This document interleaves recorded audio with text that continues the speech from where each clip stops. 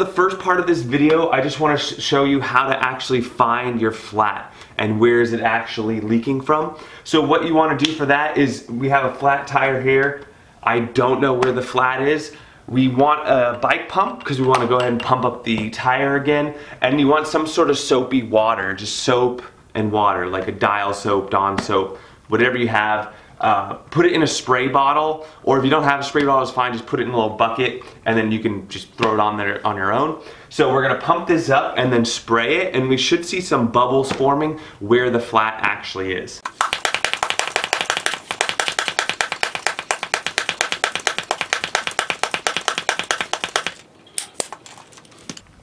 Alright, I pumped this up to 80 psi, and now we're just gonna spray it down with some soapy.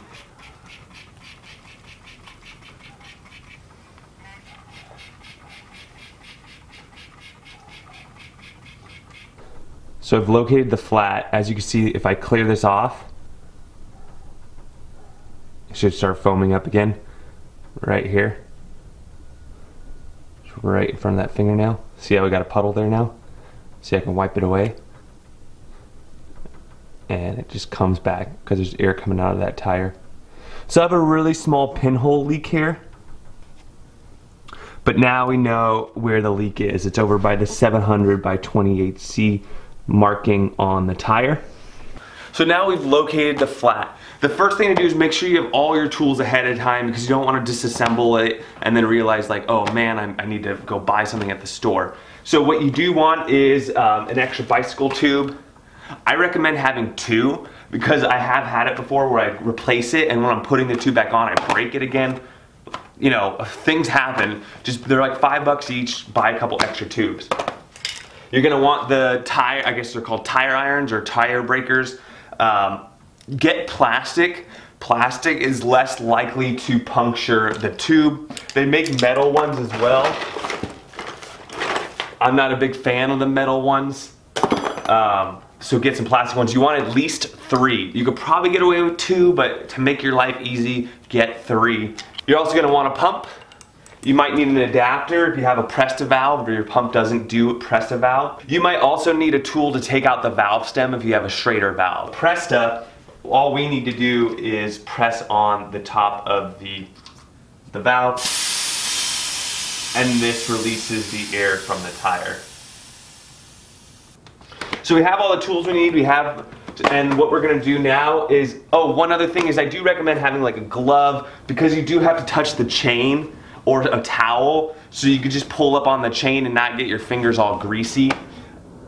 Also have a nice towel around just to clean up any mess. So this is a quick release. We're just gonna release the wheel here. I give it a couple spins to loosen it up on the other side, because this side is running into the frame. All right, now it's nice and loose. We grab the chain to move it out of the way, and you just pull directly up. These are disc brakes, so depending on what kind of brakes you have, there's different clearance. The disc brakes, there's a very specific way to get it in, and you don't want to mess with the brake pads. You want to keep them in there. If the brake pads come out, make sure you align them before you put the wheel back in.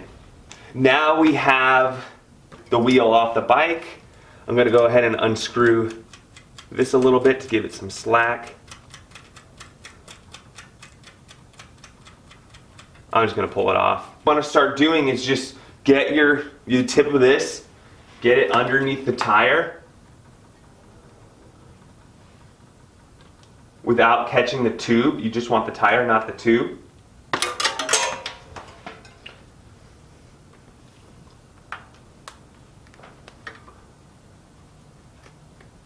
And once you have it, you can just clip it onto one of your spokes. And now I've started it. Maybe go a couple spokes over, get underneath that tire. There's number 2.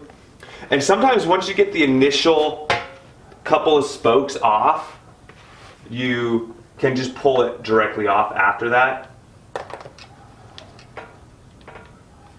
You know, for example, that one just fell out, but you could just keep going back and forth till you get it. But I can already tell you that this is off already. So you just kind of run your finger along it, and then it'll just come all the way off there.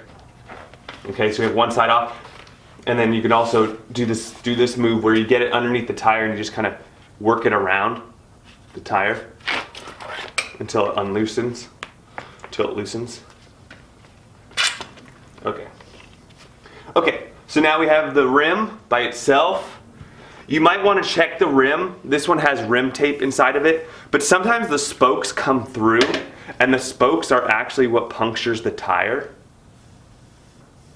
And I don't have any spokes coming through. But on some of the cheaper rims, that can happen as the spokes either get tightened or loosened. And now you want to pull out the tube, because the tube is punctured. We know that. And we know that it was near this sign here. So I know where it is. I have my finger on it where I think it was punctured.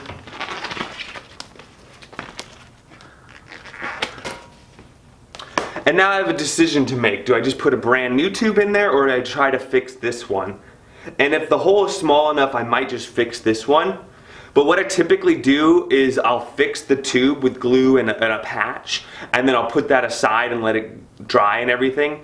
And then I'll leave it in my box of parts and use it the next time while I use my new tube in the meantime, instead of having to wait for it to glue before I put the bike back together. The other thing you want to do is run your finger along the inside of the actual tire. Yeah, I think I felt that. So I found it. Let's see if we can see it here. Okay, so right here.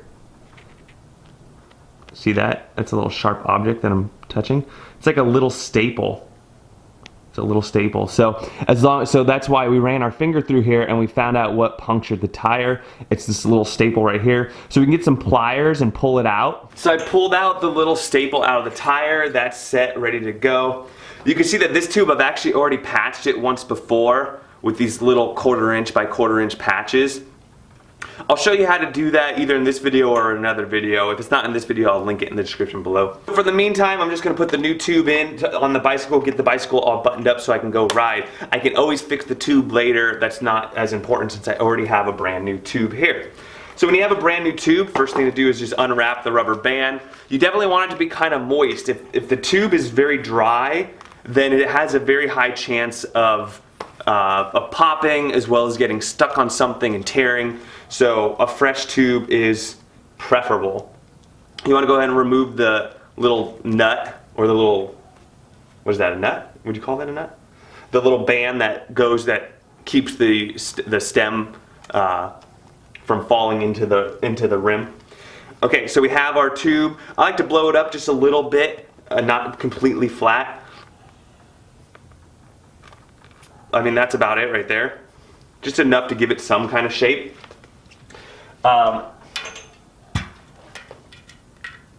Go ahead and you put the tube in the tire. Kind of wrap it around the tire. So we got the tube in there where it will eventually go. There's an arrow on the tire itself of which direction you're going to want to turn. Alright, so here we go. The gears are on the right side there. We want this to turn that way. So here we go. Now I'm going to place the rim with the tube just directly into the tire.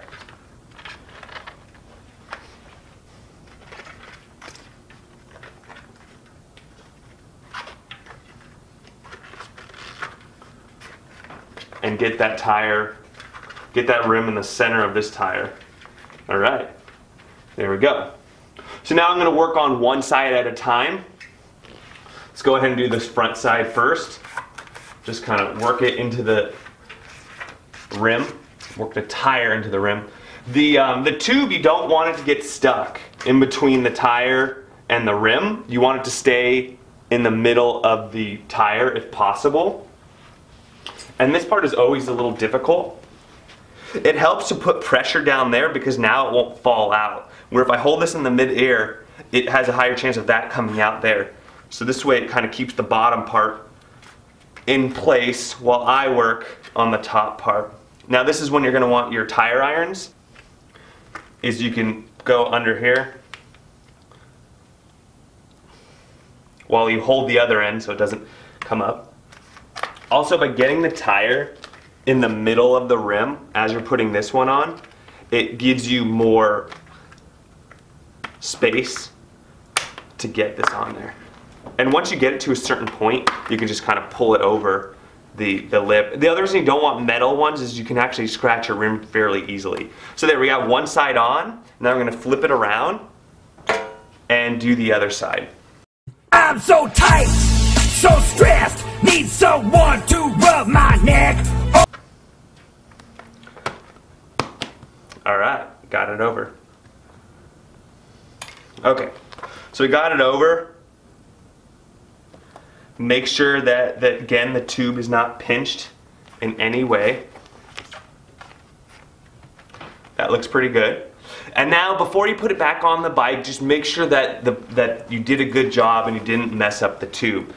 Also, you want to make sure you found the puncture.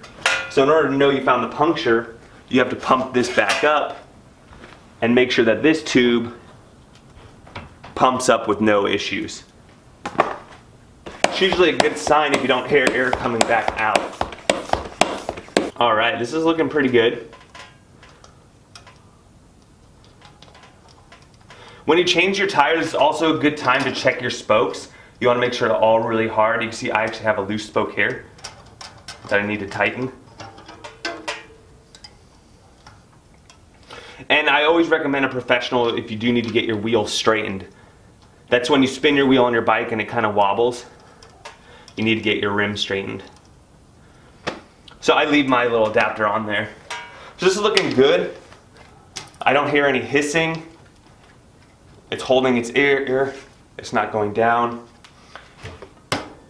Boom, there you have it. New tube at least, same tire, new tube. And at this point, remember your glove or your towel because it can get dirty in this step. And I'm gonna move this chair out of the way. You want to pull back the derailleur to get this in there, and then you need to align the disc brake after you've got it in the derailleur. There we go. And then it should just fall into place. If you have to force it, you're probably going up against something, not a good thing. So I've got it in now, and when I pedal,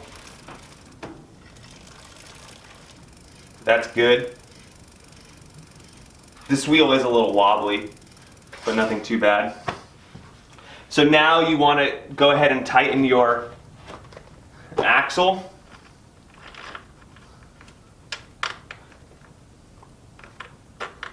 I'm just adjusting it on the screw side, and then I'll do the quick release on the other side. That's in there now, and there you have it. You can now ride your bicycle once again. If you like this video, please like and subscribe, and I'll see you guys next time.